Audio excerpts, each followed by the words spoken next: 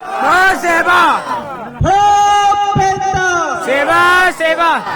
बिरसा मुंडा अमर रहे, अमर रहे, अमर रहे, बिरसा मुंडा अमर रहे, अमर रहे, अमर रहे। सरकार देश की चालक है, आदिवासी इस देश का मालिक है, सरकार देश की चालक है, आदिवासी इस देश की मालिक है। बहुत बहुत धन्यवाद।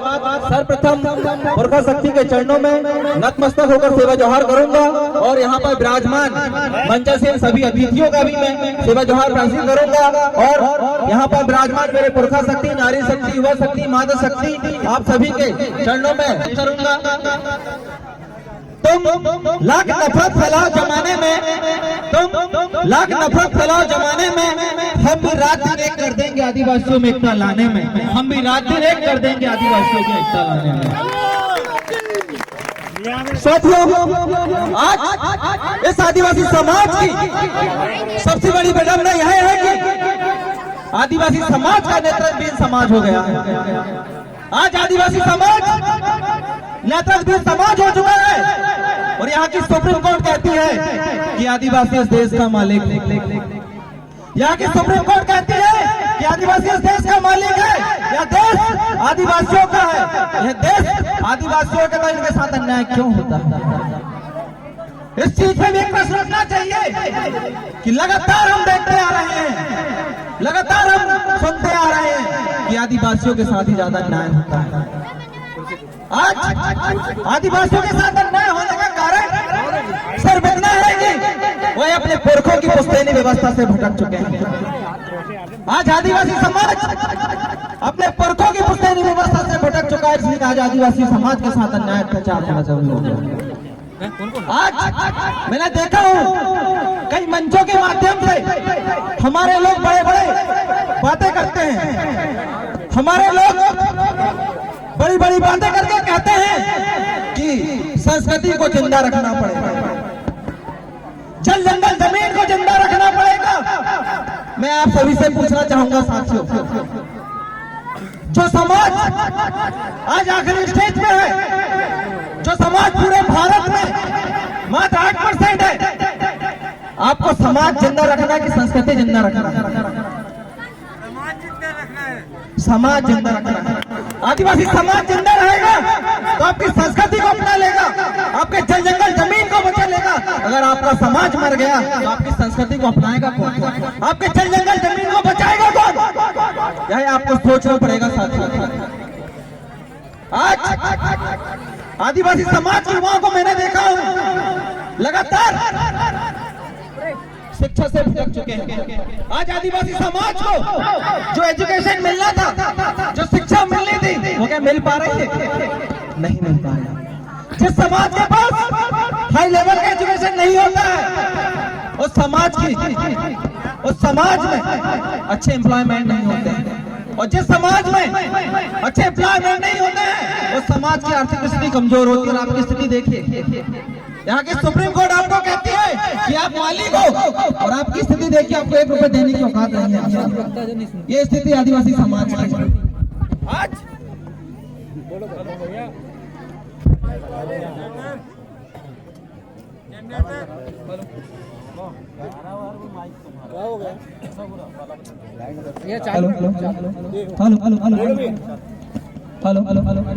आज इस मंच के माध्यम से मैं आप सभी को कहना चाहूंगा, तमाम जो युवा साथी यहाँ पर आए हुए हैं, तमाम जो लोग यहाँ पर आए हुए हैं, सभी को इस मंच के माध्यम से कहना चाहूंगा कि आप सभी को ट्रिपल ई पे काम करना पड़ेगा।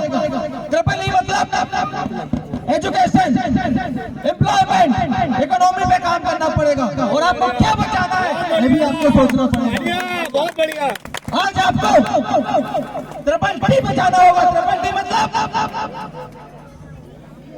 टैलेंट, टाइम और ट्रेजरी, आपको बचाना पड़ेगा, तब आप समाज को मजबूत कर पाएंगे। आज लगातार हमारा जो समाज है वो नेतृत्वहीन समाज हो चुका है। आपने देखा होगा आज से 8000 साल पहले सिंधु घाटी सभ्यता की हम बात करें तो पानीपारी गोपाल लिंगो, जयपाल सिंह मुंडा, बिरसा मुंडा, कंडिया मामा, वीर गुंडाधर, गोंडवाना साम्राज्य के अंतिम शासक पृथ्वीराज चंद्र मंजदेव जी, जिन्होंने समाज के लिए निस्वार्थ भाव से काम किया, समाज के लिए उन्होंने अपनी जानें दे दी, समाज को जिंदा रखने के लिए उन्होंने अपनी कुर्बानी दे दी। आज हमें समाज को जिंदा रखने की जरूरत है। समाज को जिंदा क्यों रखना है, इस चीज को आपको सोचना पड़ेगा। समाज को हमें जिंदा रखना है, हमें समाज ने क्या दिया, ये प्रश्न उठता है सबसे पहले। समाज ने हमको क्या दिया, बोलो भैया, समाज ने हमको क्या दिया, क्या दिया? आपको खुद नहीं पता कि हमारे समाज ने हमको क्या दिया। आज मैं आपके बीच आके आपको समझाने का काम कर रहा हूँ। मैं आपको बोलूं कि मेरा नाम शिवरावण त्रिकाम, शिवरावण है। आप पहचान जाओगे कि मैं आदिवासी हूँ? पहचान जाओगे क्या? पहचान जाओगे क्या? बोलो, नहीं पहचान पाओगे। मैं बोलूंगा मेरा नाम शिवरावण त्रिकाम वही है, आप तुरंत समझ जाओगे भैया ये 6 देव वाला है और कच्छपधारी त्रिकाम है। आप समझ जाओगे समाज ने मुझे क्या दिया, समाज ने मुझे क्या दिया, पहचान दिया। क्या दिया? समाज ने मुझे क्या दिया, समाज ने मुझे जीने के लिए क्या दिया, क्या दिया? समाज ने तो पहचान दिया, समाज में जीने के लिए क्या दिया? और समाज ने क्या दिया भैया? अधिकार दिया। क्या दिया? क्या दिया? कौन सा अधिकार दिया आपको? कौन सा लड़ता है कि समाज ने हमें अधिकार दिया? तो कौन सा अधिकार दिया? जल जंगल जमीन का अधिकार दिया। कौन सा अधिकार दिया? जल जंगल जमीन का अधिकार। समाज ने हमें पहचान दिया, समाज ने हमको अधिकार दिया। अब हमें समाज को क्या देना है? तीसरा क्वेश्चन ये उठता है कि हमें समाज को क्या देना है? क्या देना भैया, क्या देना है? बोलो, समाज को हमको विचारधारा देना है। कौन सी विचारधारा देना है समाज को? सामाजिक विचारधारा, व्यक्तिवादी विचारधारा नहीं। कौन सी विचारधारा? जब समाज में सामाजिक विचारधारा होगी तो समाज में क्या बनेंगे? सामाजिक सिद्धांत। क्या बनेंगे? जब आपके समाज में सामाजिक सिद्धांत बनेंगे तो आपका साथ शोषण होगा क्या? नहीं होगा। आज हम देख रहे हैं हमारे पुरखों की व्यवस्था से हटकर हम नाच गाने तक सीमित हैं, कपड़े पहनने तक सीमित हैं। मैं आप सभी से मंच के माध्यम से पूछना चाहूंगा कि नाच गाना क्या आपकी संस्कृति है? नाच कपड़े पहनना क्या आपकी संस्कृति है? अगर नाच गाना कपड़े पहनना आपकी संस्कृति होती तो इस देश में कानून नहीं बना होता भूमि संपादन अधिनियम। भूमि संपादन अधिनियम यह कहता है कि आदिवासी की जमीन गैर आदिवासी तो क्या सरकार भी नहीं ले सकती। और हम कहाँ सीमित हैं? आज नाच गाने तक सीमित। आज समाज को सामाजिक व्यवस्था का निर्माण करना पड़ेगा। समाज में अभी सभी लोगों ने बात किया, दीदी ने बात किया, कंगाली दीदी ने बात किया कि समाज में शिक्षा का होना आवश्यक है। शिक्षा कैसी शिक्षा होना आवश्यक है? समाज में हमें अच्छी शिक्षा लाना पड़ेगा। अच्छी शिक्षा में कैसे मिलेगी? दूसरे के बाप दादाओं की स्कूल से हमें अच्छी शिक्षा मिलेगी क्या भैया? बोलो, नहीं मिलेंगे। हमारा खुद का स्कूल बनाना पड़ेगा, खुद की कोचिंग निर्माण करना पड़ेगा, खुद पढ़ाना होगा तब समाज को अच्छी शिक्षा मिलेगी। खुद का स्कूल बनाने के लिए हमें अपनी व्यवस्था का निर्माण करना पड़ेगा। स्कूल बनाने के लिए हमें पैसे का इंतजाम करना पड़ेगा। पैसा कहाँ से आएगा क्वेश्चन होता है हमारे दिमाग में। उसके लिए तमाम जो युवा बैठे हैं यहाँ पर, तमाम मेरी छोटी बहनें बैठी हुई है, उनके इस मंच के माध्यम से कहना चाहूंगा कि आप लोगों को गाँव-गाँव जाना पड़ेगा। गाँव-गाँव जाके आपको सर्वे करना पड़ेगा। सर्वे कैसा करना पड़ेगा? पहले सर्वे ये करना पड़ेगा कि एक गाँव में बच्चे से लेके बूढ़े तक की संख्या कितनी?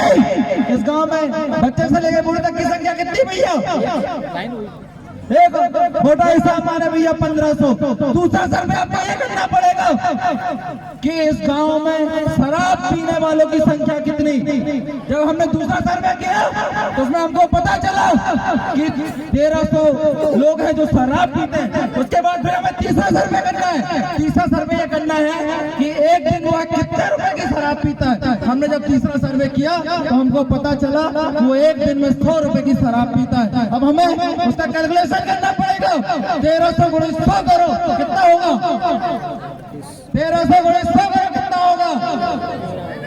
ये एजुकेशन है आपका, आपको पता नहीं कि 1300 गुणे 100 क्या होगा। सब कैलकुलेटर निकालना है। 1300 गुणित 100 होगा 1,30,000। अब सोचो कि एक गांव का आदिवासी एक दिन में 1,30,000 की शराब पी के पेशाब कर देता है और अपने स्कूल नहीं बना पाता। ये आपके दुर्भाग्य का विषय है आप लोगों के लिए। आज आपको अपनी व्यवस्था का निर्माण करना पड़ेगा। एक दिन में सोचो 1,30,000 की शराब पी के पेशाब करता है तो महीने भर में कितने की शराब पी गया? करोड़ों की शराब। करोड़ों में आपके कॉलेज नहीं बन सकते क्या?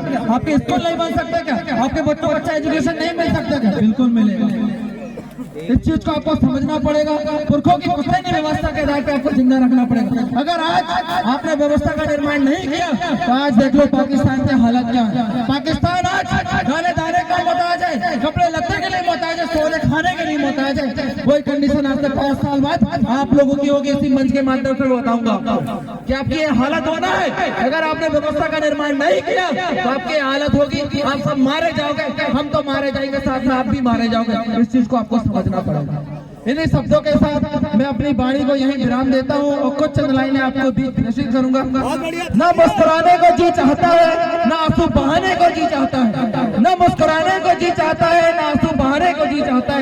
करूँ तो क्या करूँ फिर तेरी याद में, बस तेरे अबू राज को जन जन तक पहुँचाने को जी चाहता है, जन जन तक पहुँचाने को जी। जिंदाबाद जय आदिवासी। हेलो जोरदार तालियां पुनः